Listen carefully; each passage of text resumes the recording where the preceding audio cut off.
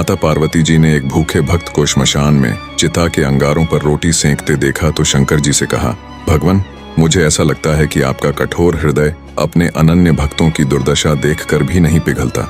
उनके लिए भोजन की उचित व्यवस्था तो कर ही देनी चाहिए। महादेव ने हंसते हुए कहा, शुभ है, ऐसे भक्तों के लिए मेरा द्वार सदैव खुला रहता है, पर यदि कोई वस्तु दी भी जाए तो उसे स्वीकार नहीं करते, कष्ट उठाते रहते हैं। फिर ऐसी स्थिति में तुम ही बताओ मैं क्या करूं? माँ भवानी आश्चर्य से बोली, तो क्या आपके भक्तों को उदरपूर्ति के लिए भोजन की आवश्यकता भी अनुभव नहीं होती? शिव जी ने कहा, परीक्षा लेने की तो तुम्हारी पुरानी आदत है। यदि विश्वास न हो तो तुम स्वयं ही जाकर क्यों न पूछ लो, परंतु परीक्षा में सावधानी रखने की आवश्यकता है। भगवान शंकर के आदेश को देर थी कि माँ पार्वती भिखारिन का छद्मवेश बनाकर भर्तृहरि के पास पहुंची और बोली, बेटा, मैं पिछले कई दिन से भूखी हूँ, क्या मुझे भी कुछ खाने को देगा? अवश्य। भर्तृहरि ने केवल 4 रोटियां सेंकी थीं, उनमें से 2 बुढ़िया माता के हाथ पर रख दी। शेष 2 रोटियों को खाने के लिए आसन लगाकर उपक्रम करने लगे।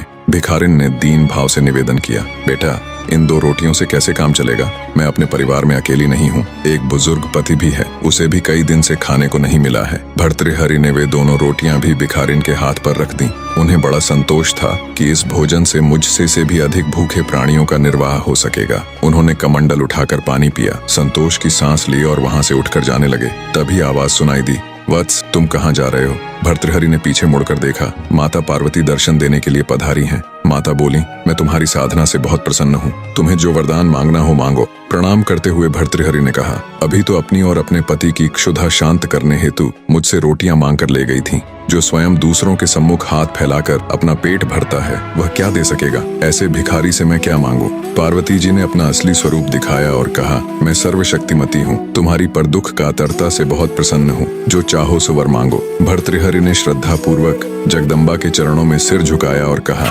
यदि आप प्रसन्न हैं तो यह वर दें कि जो कुछ मुझे मिले उसे दीन दुखियों के लिए लगाता रहूं और अभावग्रस्त स्थिति में बिना मन को विचलित किए शांतिपूर्वक रह सकूं। पार्वती जी एवं अस्तु कहकर भगवान शिव के पास लौट गईं। त्रिकालदर्शी शंभु यह सब देख रहे थे। उन्होंने मुस्कुराते हुए कहा, भद्रे, मेरे भक्त इसलिए दरिद्र नहीं रहते कि उन्हें कुछ मिलता नहीं है, परंतु भक्ति के साथ जुड़ी उदारता उनसे अधिकाधिक दान कराती रहती है और वे खाली हाथ रहकर भी विपुल संपत्ति वालों से अधिक संतुष्ट बने रहते हैं।